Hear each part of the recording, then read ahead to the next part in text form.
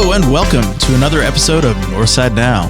This is the podcast where we take you on a tour through all of the ministries and the latest happenings around Northside Church to keep you better connected with your church family. My name is Patrick, and with me as always is my co-host, Glenn Miller. Oh, what's happening? Well, woke up this morning by the beautiful alarm clock called tornado sirens. Yes. So the day we're recording this, that's not the first time we've recorded on a day in which there was crazy weather. I know. This has happened many times. It's almost like somebody's trying to keep us from getting here to record. You can't keep us back. You can't hold us bound. I mean, you can't do it. Nope. And we're recording this, and as it comes out, it's Mardi Gras. Woohoo! Hey. Everybody got their king cake? Is that Mardi Gras? Yeah, that's Mardi Gras, man. Let the good times roll is what they say, right? Yeah, Lent is about to kick up on Ash Wednesday, and we're having the service at 6 o'clock. I guess you'll mention that at the end. But Yeah, we can talk a little bit more about that. Good old Ash Wednesday. One of my favorite services we do. Mm-hmm. It's a good really service. good. And Lent's one of my favorite times of year. I think partly because it's a part of spring. Everything's kind of coming back. That transition from winter to spring. Yeah. And we can fish again without freezing to death. So. Oh, hey, have you been keeping up with technology world lately? Because an era just ended. I did see this, yes. Internet Explorer has been shut off. Yep, for good. Officially shut off. It started in 1995. Yeah. So I got to thinking about that. That's been a big chunk of your life. It's been a lot of my life, yeah.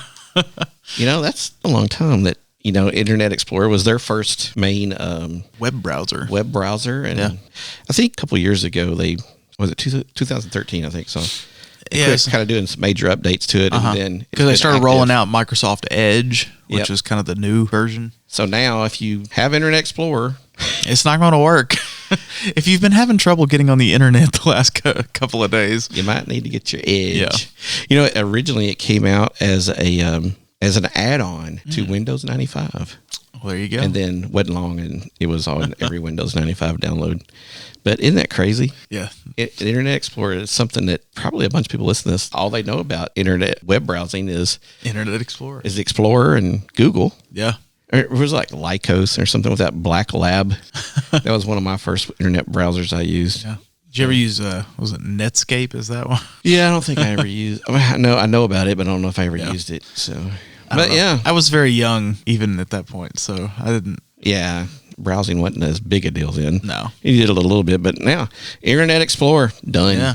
Thank you, Internet Explorer. Yes, you have served us well. Yeah, thank you for your service.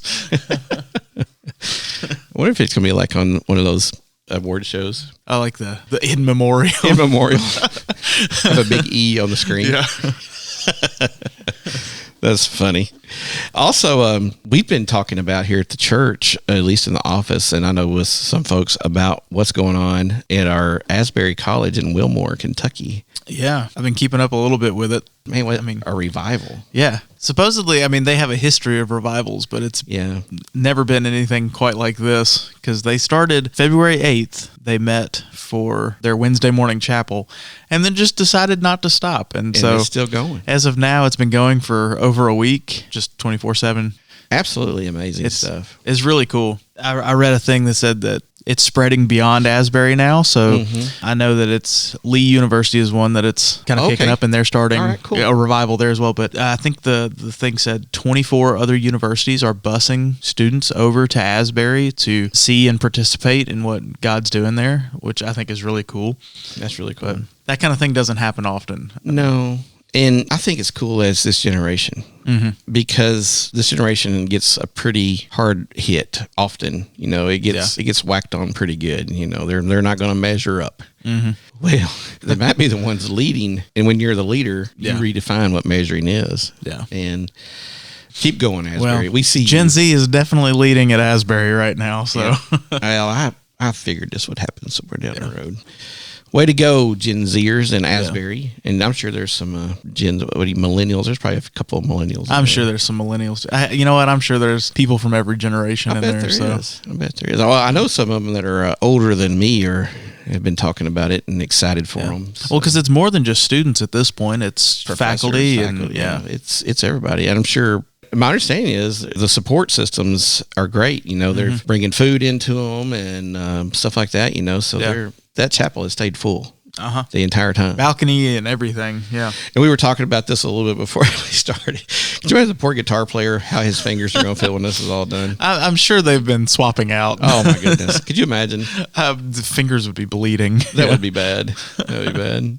Over there, the drummer's like nodding off in between beats, Yeah, I'm sure they've been doing some of that. But we see you, Asbury. Keep going. Yes. Keep going. Don't let it stop. I hope this is an infection that spreads all over the world. So one of the things that I think is cool about it, and it kind of helps remind me, a lot of what I do is sort of the quote-unquote production side of church, as far as the sound, the lights, the screens, making sure all of that is working correctly. And sometimes it's easy to get caught up in that and think that if we don't have that, church isn't going to happen. Can't happen, yeah. Well, they obviously did not plan this out. They don't have the production. They don't have PowerPoint slides for this, so they're just worshiping. Just going as they go. And it's kind of showing that while the production side of things are tools and can help enhance it, they're really not the point of it. Yeah, exactly. So I've seen all kinds of really crazy stories, crazy in a great way, not in a bad way, about some things that have been happening and just some of the testimonies that people are just walking up and sharing. And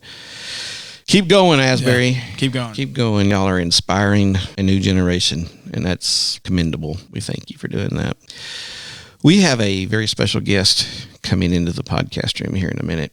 It's someone we kind of been wanting to get in here for a minute, but because of our outreach team choosing Scarlet Rope to bring things for February, we inquired and got Julanne Stone, the executive director for Scarlet Rope here in Jackson, to come and visit with us. And speaking of production, I'm going to bust everyone's bubble.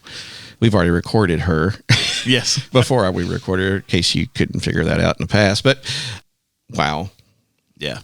That topic alone, with trafficking and stuff, that topic alone, if you really got involved with, everybody got involved with that, I mean, that could bust out a revival within itself of just building relationships with people, building community with people. We'll hear her talk about that. And Northside, you've done good work in lots of areas, and this is one of them. You've been a part of this from the beginning, and it's a blessing to so many people. And it's tough work. It's messy. Yeah. It's hard. Has a lot of different fingerlings to it, and it's not what we all think it is. No. It's kind of like worship. We think it has to be this, but it can easily be this. So, interesting stuff. Yes. Interesting stuff, and a little bit scary too. Yeah. So, but Julanne is, again, the executive director of Scarlet Rope, and she has a particular set of skills. She does. And we talk about the movie Taken a little bit because, that's what we think of sometimes. Yeah. So we're going to turn it over to Julanne now, and here she is.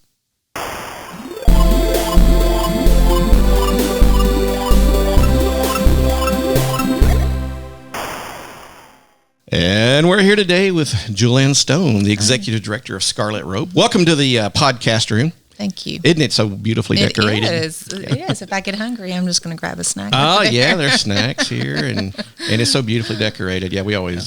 this is like our fallout shelter, And yeah. It's a good place to be with the weather the way it is today. That's true. You just never know. It woke up in Madison County this morning with the sirens going off. Don't be doing that. Weather, that's not fun. So we're here with Julanne with Scarlet Rope. It's called the Scarlet Rope Project, even on the website. And you're the executive director.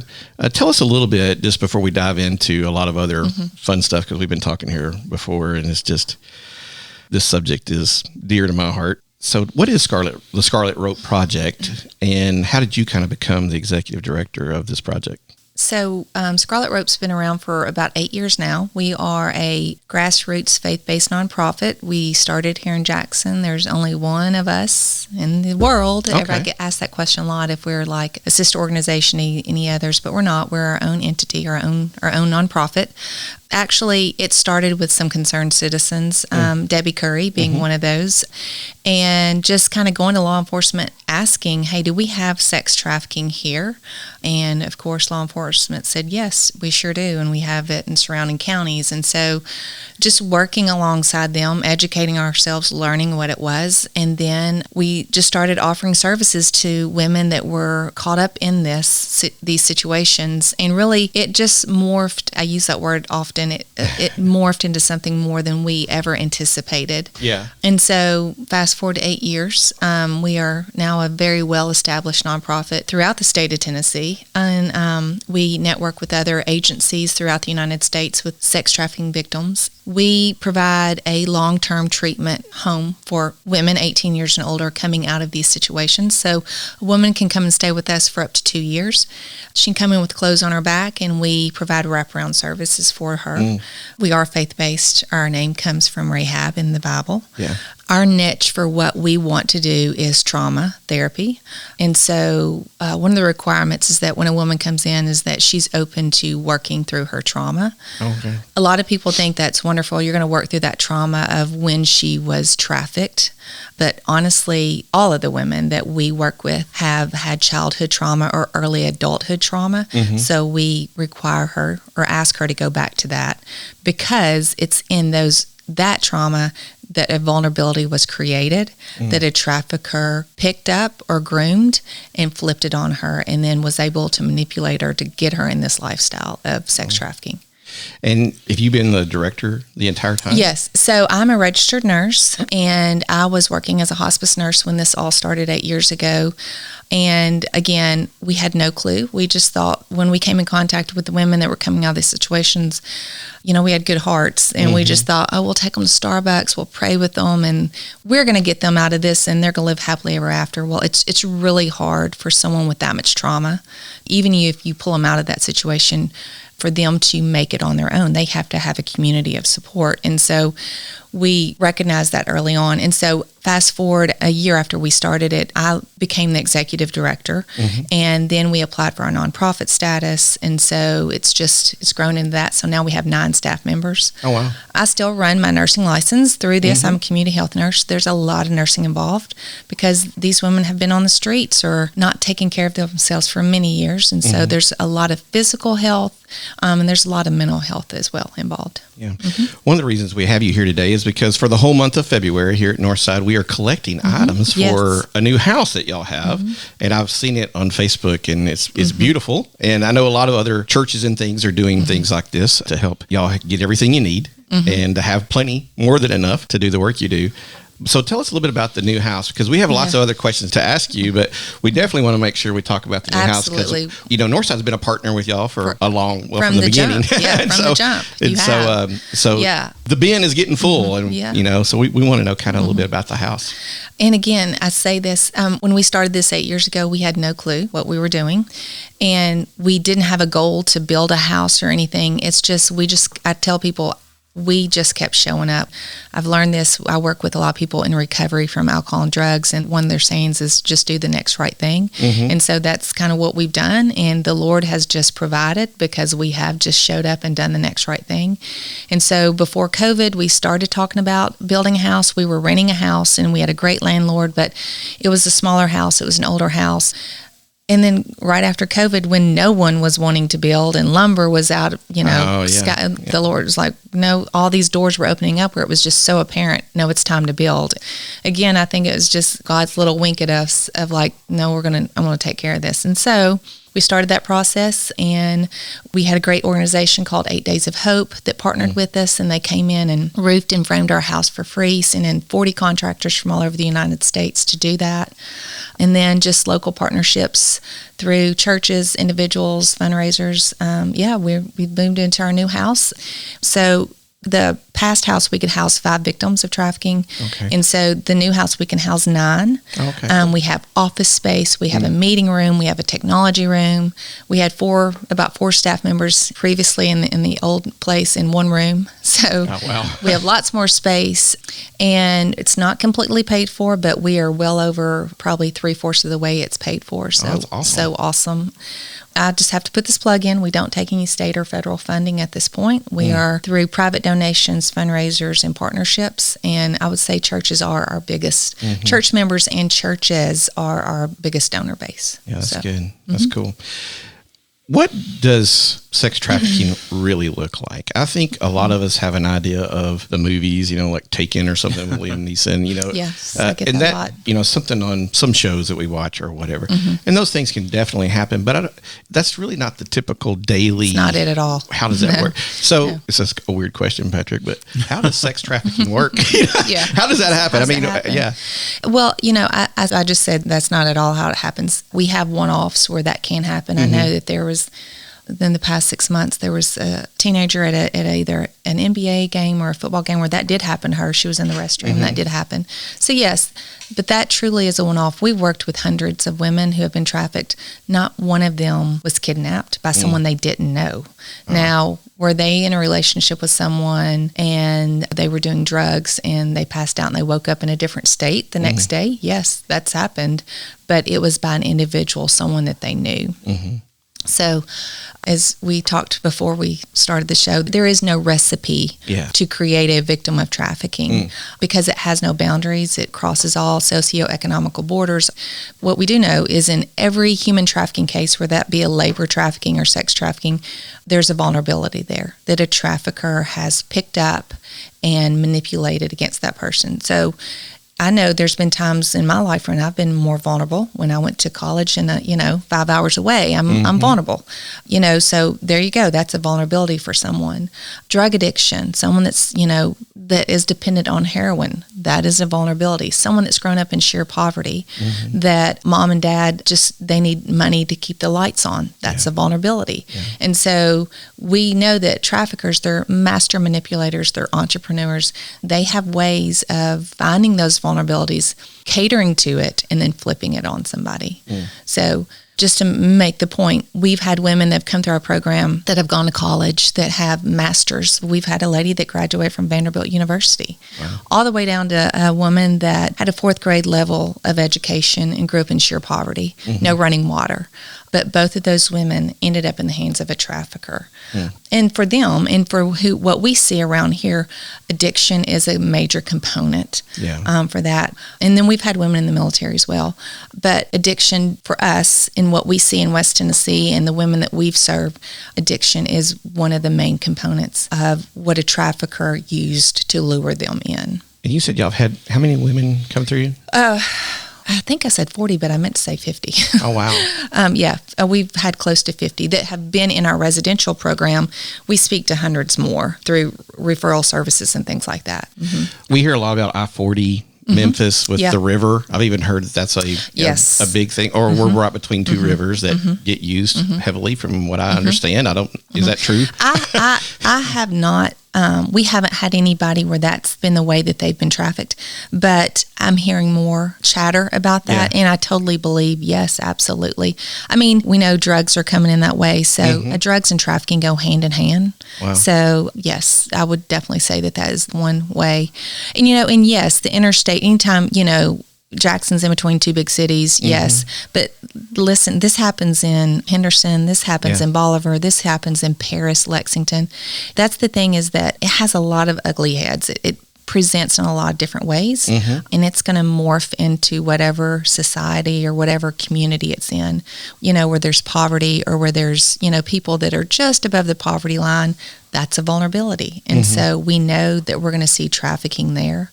Sometimes it's generational. Sometimes it happened to mom. And so mom's just like, that's what, sadly enough, she traffics her children to pay the bill or to support her drug habit.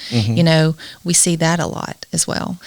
There's actually 4 types of trafficking, and I can tell those briefly if you'd like for me to later or whatever. Sure. Well, that kind of leads me to my next question is, what are the signs? Are there signs that someone may be experiencing trafficking, someone may be trying to groom them as you as a friend or you as a parent or you as a spouse or whatever? Are there signs that are typically present? We do a lot of education on this, Scarlet Rope. So we have the Safe House, we have our educational component, and we have our hotel outreach. But when we do educational, we talk about this, and we cater it to who we're talking to.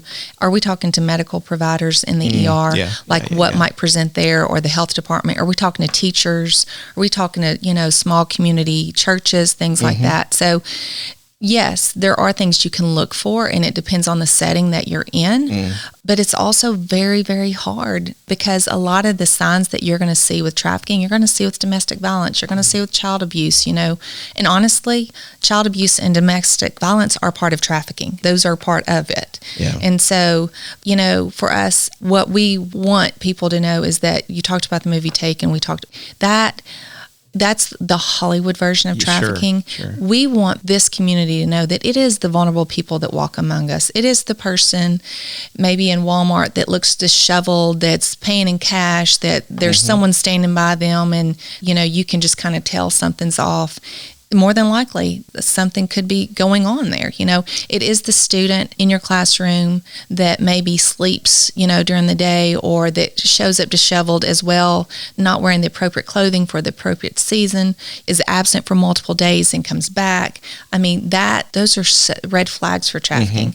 But is it trafficking? Is it just child abuse? We don't know. But as citizens and as wanting to be safe people, we need to have eyes on that, and we need to start asking questions, because often a lot of people in these situations, they don't even identify as being a victim of trafficking, because maybe they don't even know it, because they think it's the movie Taken. Yeah. They weren't tied up in a basement with they're in a home where they can go as they please. But the reality of that is there's usually a lot of more mental trauma, mental bonds that are keeping them in that situation versus physical chains. Wow. So. We talked a little bit about, rivers and highways and stuff, but there's probably a lot more introductions that happen if you're outside of the drug community or whatever drug community is. But that's what it is, I guess. Yeah. So, and I guess that would be the internet, phones, Yes. socials. Yes. Tell us a little bit about that, because in my world with youth ministry and working with young people, I feel like that's where they spend a lot of time. And I know that that's where they, a lot of time, innocently fall into the wrong hands. Social media creates vulnerabilities in kids. So right Can there. you say that for the people in the back? We've had a woman that came through our program who was was a great friend of mine. She graduated the program. She's doing awesome today. When she was in her trafficking days working with a trafficker, if she was not out performing tricks or doing other things, one of her jobs was to comb social media to look for vulnerable people.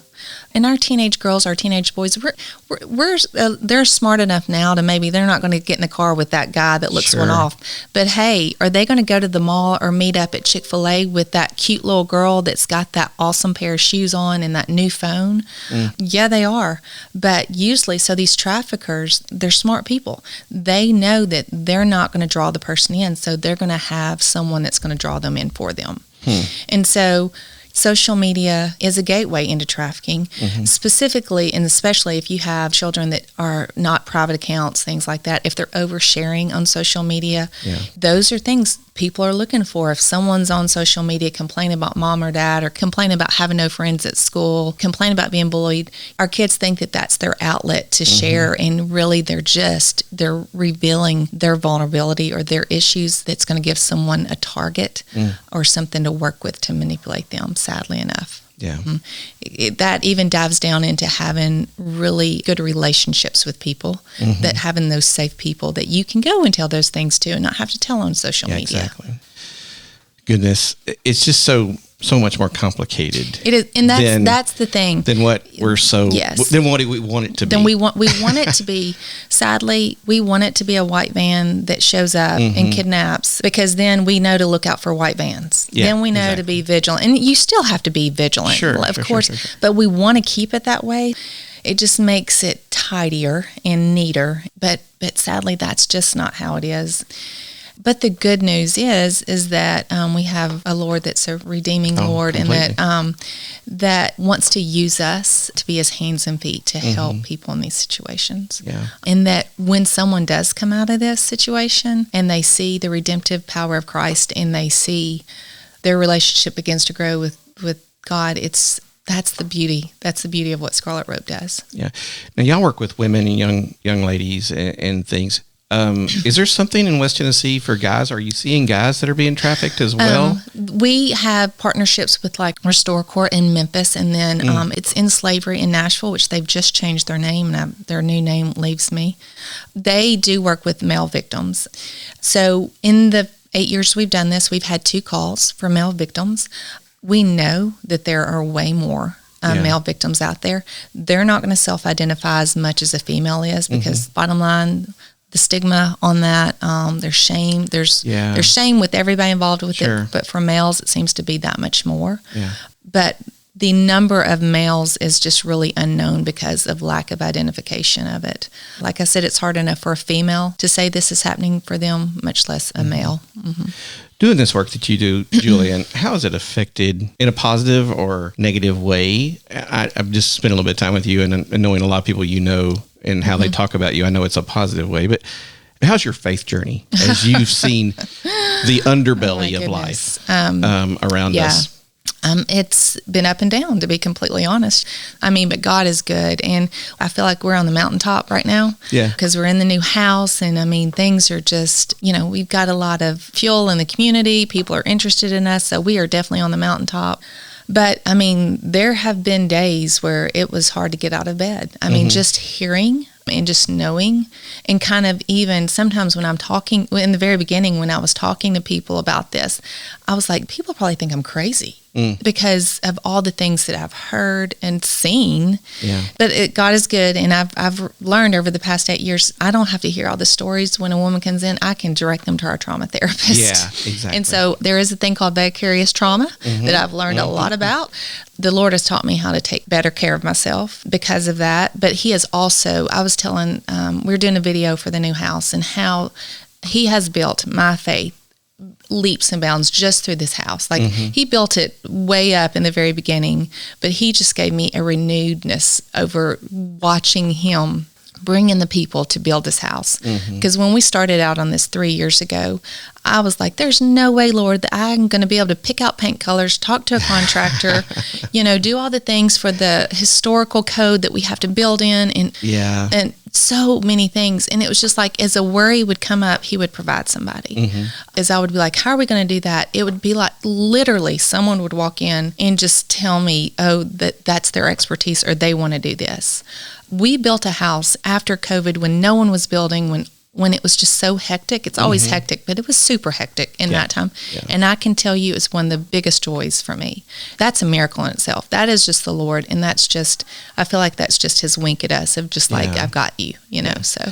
I identify with building a house during COVID. I did the same thing. So, one of my things is my gut desire is to volunteer and help in these situations, but I want to do a little Buford Pusser justice with a big stick. Yeah.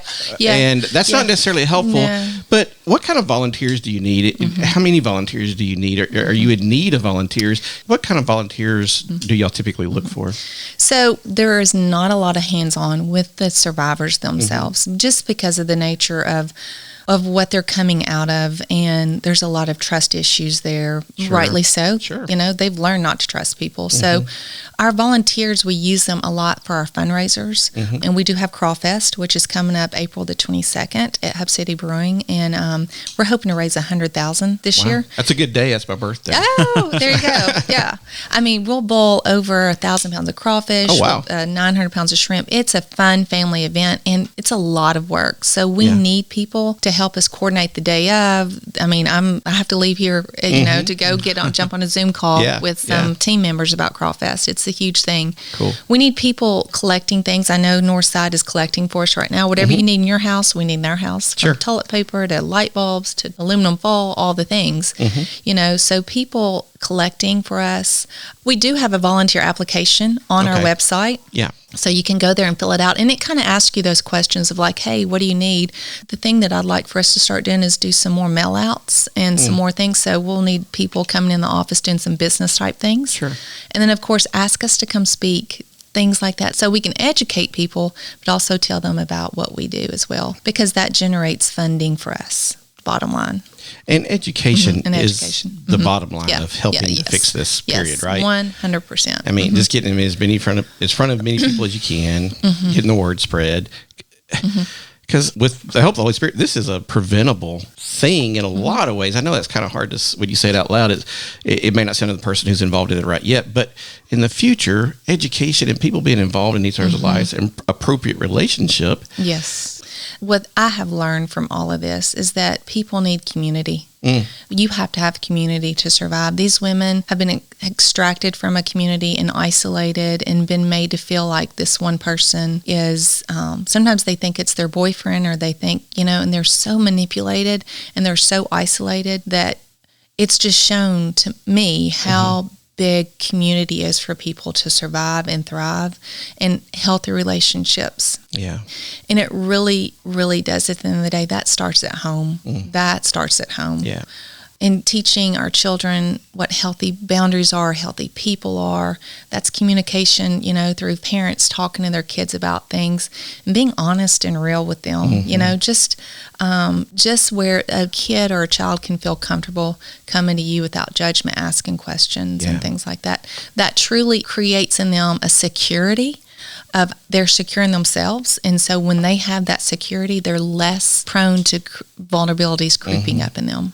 Yeah. So, well, Julanne, we can keep going with you the rest of the day, and we definitely want to have you back at some point, maybe to speak to some of the people in the church and some of our parents and things, or someone from your team, because we want to be a part of that education process. So Northside, bring things for the house. They need lots of stuff, and we have a good list out there on the website and other places.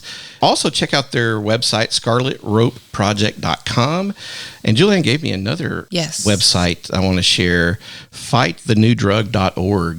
And talking about social media and porn and things like that. I shared something with the staff this past week. The average age of young people looking at porn is 12 now. Yep. And that's 6th grade. So that we need to really jump on this and take care of some business here. So thank you for coming in. Thank y'all. Thank you, Northside. I just want to say, just thank y'all. Y'all have been cheerleaders from us from day one in prayers. Y'all are a part of Scarlet Rope. You truly are. So thank you. Well, thank y'all. Thank y'all. We've had Julanne with us today, and we're going to have her back, Patrick. Sounds good. All right.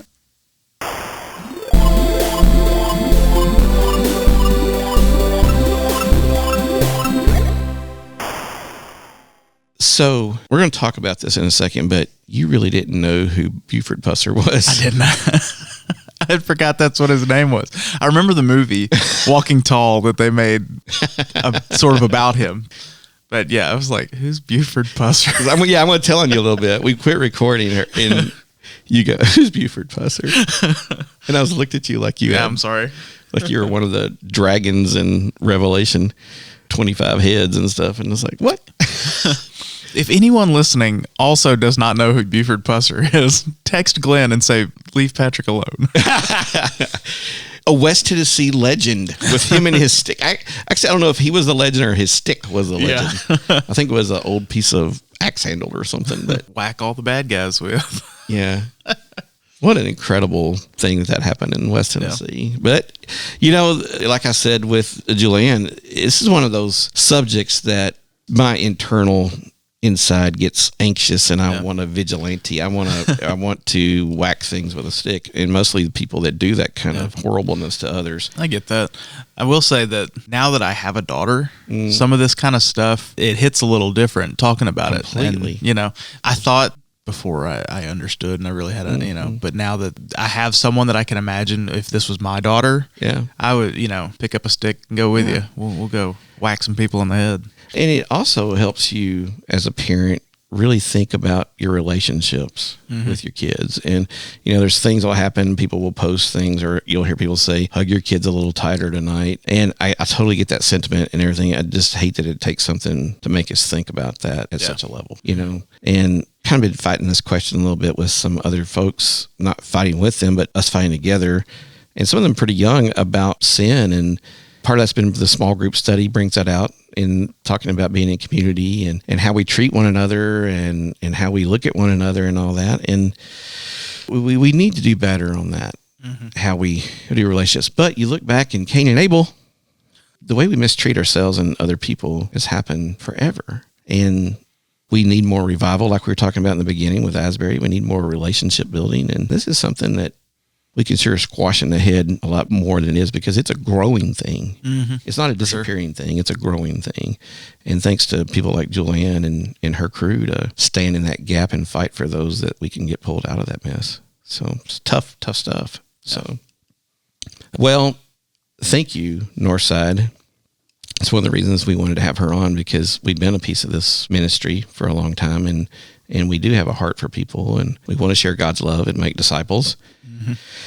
And so sometimes that doesn't look as pretty, I think, as we tend to think it does. And that's the reason we support people like the Scarlet Rope Project to make sure that gets done. So yeah, and maybe we can have her back either here on the podcast, or we can set something up where her and the team can come over and do some education here at the church. Well, I definitely agree that it all needs to start with education. Yeah. Because people don't know what they don't know. Yeah. So. I've worked in youth ministry. We hear about this a lot. We hear about grooming and all kinds of things, but there's just no exact way it happens. Yeah. And that, again, makes it that much harder. Makes it that much harder, and makes it fall back into that very relational type of thing, so...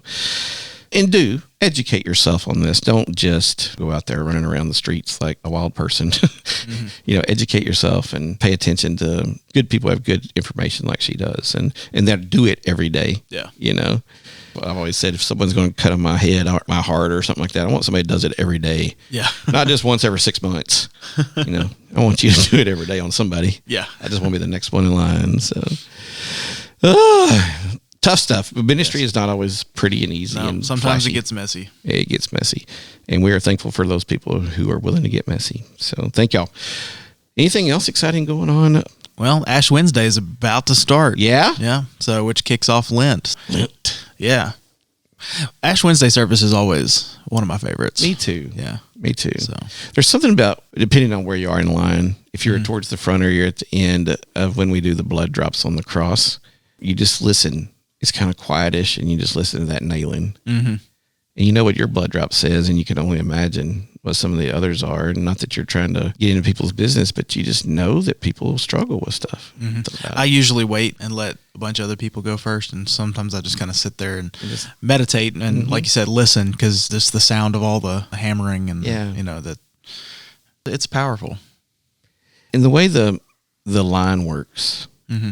It may be cumbersome to some, but as you walk by people, you're looking them in the eye and the face, and you know them. You've been around the church for a long time. You know them. You have a relationship with them, and you just say that little prayer of thanksgiving and concern over them. So, just in your mind, you're just like, bless them, or I don't know. It's just such a good service, and then reminds us the way we end it, where everyone just sort of leaves in silence, and I think there's some reverence about that it's really powerful. And then I'm such a goofball. I have to go to a store or something and walk around with my cross on my head just to see what people's reactions. Yeah. I usually try to make something happen outside in the real world after that. Yeah. And just because. So do you leave yours on, or do you wipe it right off? No, I usually leave it on because normally I forget about it. Yeah. And it's not till I, actually reach up to scratch my head or something and my fingers come back black that I'm like, oh, whoops, I forgot about that. That's one day you always shower before you go somewhere the next day. Yeah. Because you forget. You're like, oh, I don't have time or whatever. You're like, oh, what's spirit all over your face? And then that's when other people realize that you didn't shower. Exactly. There's a lot more to the Ash Wednesday service than it meets the eye, folks.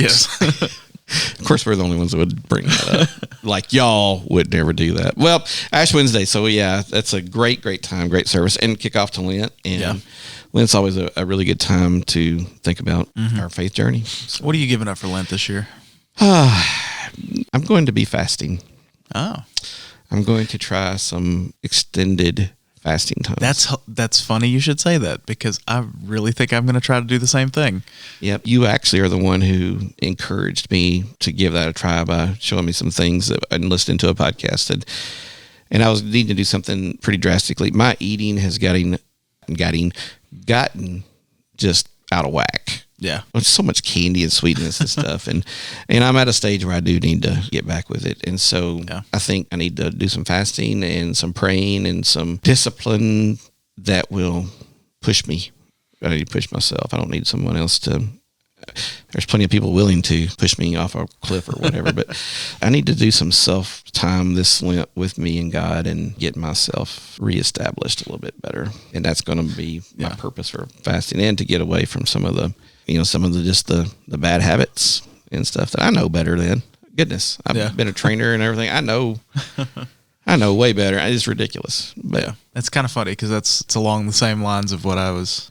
I'm not going to do it. We can help keep each other accountable. Yeah, we definitely need to. And that's one of the things about Lynn, I think, is doing that, is keeping each other accountable for stuff. And then you get your yearly quota of fish sandwiches during this time because everybody will put out their fish sandwich. Yeah. It cracks me up. Well, it's because you can fish now. Well, I guess. So you're going to do the same? I think so. Yeah, do something very similar. Because I agree, my eating is so out of whack. We just got back from Gatlinburg recently, and you know how much fudge they sell. And we hit Buc-ee's on the way there and back. So goodness. it's like I've had more fudge in the last week than I have in the last year or two. They do sell a lot of fudge out there, don't they? It's like everywhere you turn around, there's another fudgery or whatever. They sure do. Candy shop. There's a bunch of that stuff, yeah. And we've had a lot here just with the youth and stuff lately, and I just tend to eat. It's just I need to get back to a little more discipline, and so I think just spending some time with me and God, and instead of me and Doritos or French fries, will be a good thing to do. So yeah, the Lenten journey. Yeah, so that's the big thing coming up. We also have, I've mentioned on the last couple of episodes, the Joy Group are sort of hosting some trips, and they've invited the congregation. But a lot of those, the deadline's coming up pretty quick. They need to know before the beginning of March. So if you want to go on any of these 3 trips, I think the first one was to the Paris Landing restaurant, and then the second one is to the Mesa Trail Alpaca Farm, and the third one is to St. Louis Cardinals game. Yeah. So if you're interested in any of those 3, talk to Ed or Lila Bodkins and let them know that you're interested, and they've got a lot more information. There's also some more information on the Joy Group page on the website. Mm-hmm. So you can go to northsidejackson.com/joygroup. So find out more about that. Yeah, and I got a little bit trouble at home I almost snuck away to the alpaca farm without my wife. Oh, and that's I no told her good. I'm going to be out that day going to the alpaca farm, and they may have babies. And she's a teacher, and she's going to be off during that day. And she's like, "What makes you think I don't want to go see baby alpacas?" Well, I will let you know. And I was like, Elizabeth and I will see you there because I'm sorry, I wasn't thinking.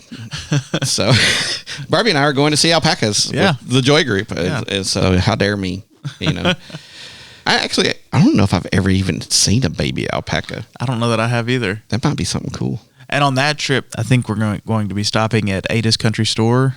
And you have been there, right? I've been there once. I've never been there, but I've passed it a lot. Stopped there for lunch one time, and it was really good.